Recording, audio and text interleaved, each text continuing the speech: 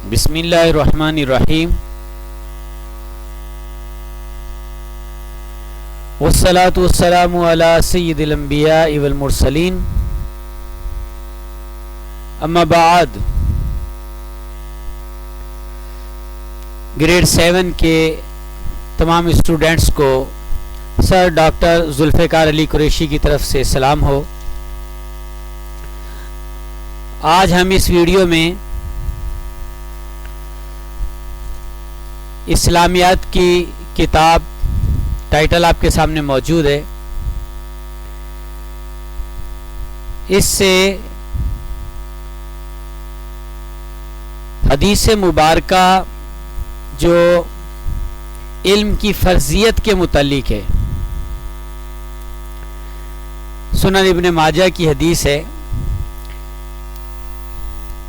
اس کو پڑھیں گے اور اس کے ترجمے کو اور شرح کو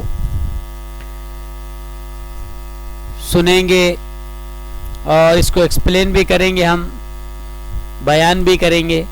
لہذا تمام اسٹوڈنٹس اس کو انتہائی توجہ سے سماعت کریں. آپ کی کتاب اسلامیات کا صفحہ نمبر 19 پر یہ حدیث موجود ہے. ماڈل ورک میں حدیث نمبر 3 کے نام سے دیا ہوا ہے، فریضۃ العلم کے نام سے. صفحہ نمبر 19 پر یہ حدیث موجود ہے. عن انس بن مالک رضی اللہ تعالی عنہ قال قال رسول اللہ صلی اللہ علیہ وسلم طلب العلم فریضۃ علی کل مسلم، رواہ ابن ماجہ. پہلے اس کا لفظی ترجمہ دیکھ لیتے ہیں. طلب کرنا، العلم علم، کیونکہ مضاف الیہ ہے تو علم کو، فریضۃ فرض ہے، علی پر، کلی ہر ایک، ہر کوئی، مسلم مسلمان. با محاورہ ترجمہ، اس کا با محاورہ ترجمہ یہ بنتا ہے علم کی طلب کرنا ہر مسلمان مرد اور عورت پر فرض ہے. مطلب یہ ہے کہ علم کو حاصل کرنا ہر مسلمان مرد اور عورت کے لیے لازمی ہے، ضروری ہے. آئیے پہلے بک کی شرح کو دیکھ لیتے ہیں. شرح یہ ہے کہ یہ حدیث سنن ابن ماجہ میں ہے، جیسا کہ اوپر حدیث یہاں لکھی ہوئی بھی ہے. سنن ابن ماجہ میں چونکہ یہ حدیث موجود ہے اور حضرت انس بن مالک رضی اللہ تعالیٰ عنہ سے روایت کی گئی ہے. یہ انس بن مالک رضی اللہ تعالیٰ عنہ قال قال رسول، یہ جو لکھا جاتا ہے نا، یہ راوی ہوتا ہے، یہ راوی کا نام ہوتا ہے. اسی کے بارے میں بتایا جا رہا ہے کہ حضرت انس بن مالک رضی اللہ تعالیٰ عنہ سے یہ حدیث روایت کی گئی ہے. بیان کیا اس میں؟ دیکھیے، انسانی فطرت کا بنیادی تقاضا ہے کہ اسے اپنی ذات اور کائنات کے بارے میں ہر اچھی اور بری بات کا علم ہو. یعنی انسان کو اچھی اور بری بات کا علم ہونا ضروری ہے، جبھی تو وہ انسان کہلائے گا. اگر اس کو اچھی اور بری بات کا علم نہ ہو، اچھائی اور برائی میں تمیز نہ کر سکے، تو پھر وہ انسانی کیسا؟ تو انسانی فطرت کا تقاضا یہی، بنیادی تقاضا یہی ہے کہ اچھائی اور برائی کو پہچاننے کا ملکہ ہو، اچھائی اور برائی کو پہچاننے کی طاقت ہو. اچھائی اور برائی کا علم ہوگا تو یہ ایک ملکہ حاصل ہوگا. اس کے بغیر نہ تو انسان دنیا میں ترقی کر سکتا ہے اور نہ ہی اپنے خالق و مالک کا قرب حاصل کر سکتا ہے.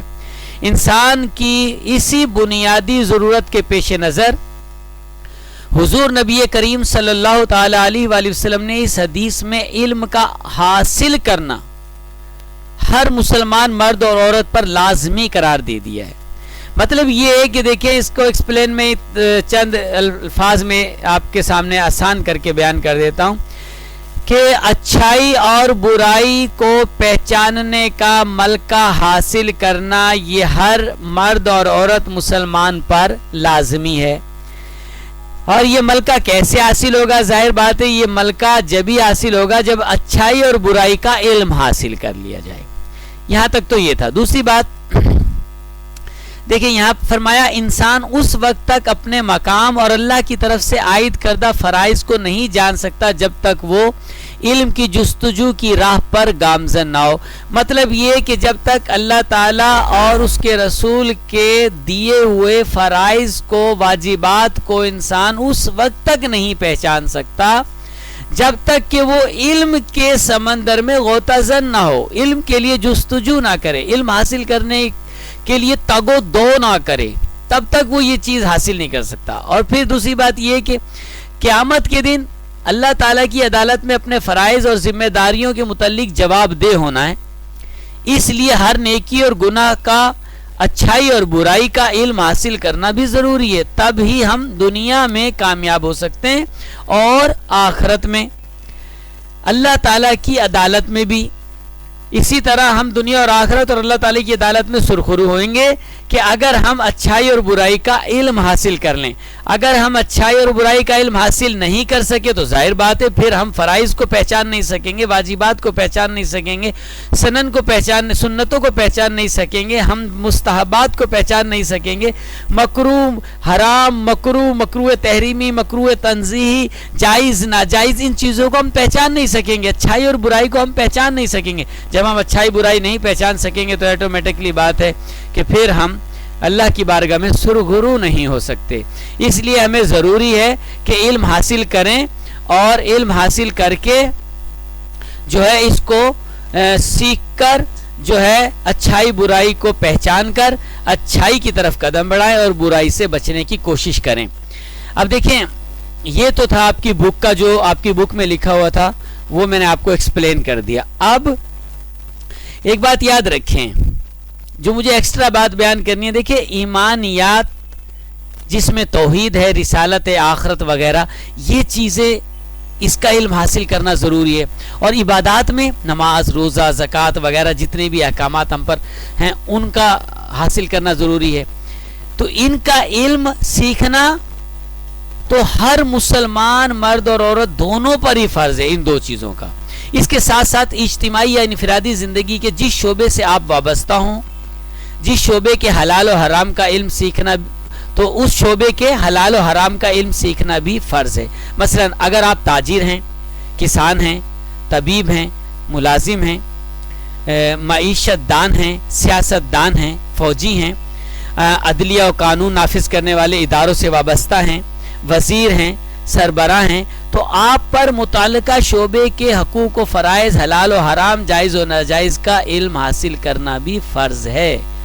یعنی آپ جس فیلڈ میں قدم رکھیں گے اس فیلڈ کے جائز و ناجائز، حلال حرام، صحیح غلط، ان سب کو پہچاننے کا، جاننے کا علم حاصل کرنا یہ تمام پر فرض ہوتا ہے.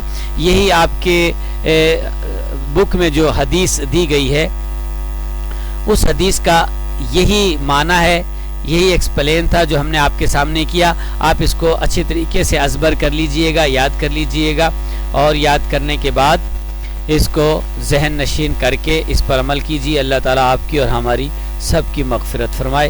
وما توفیقی الا باللہ.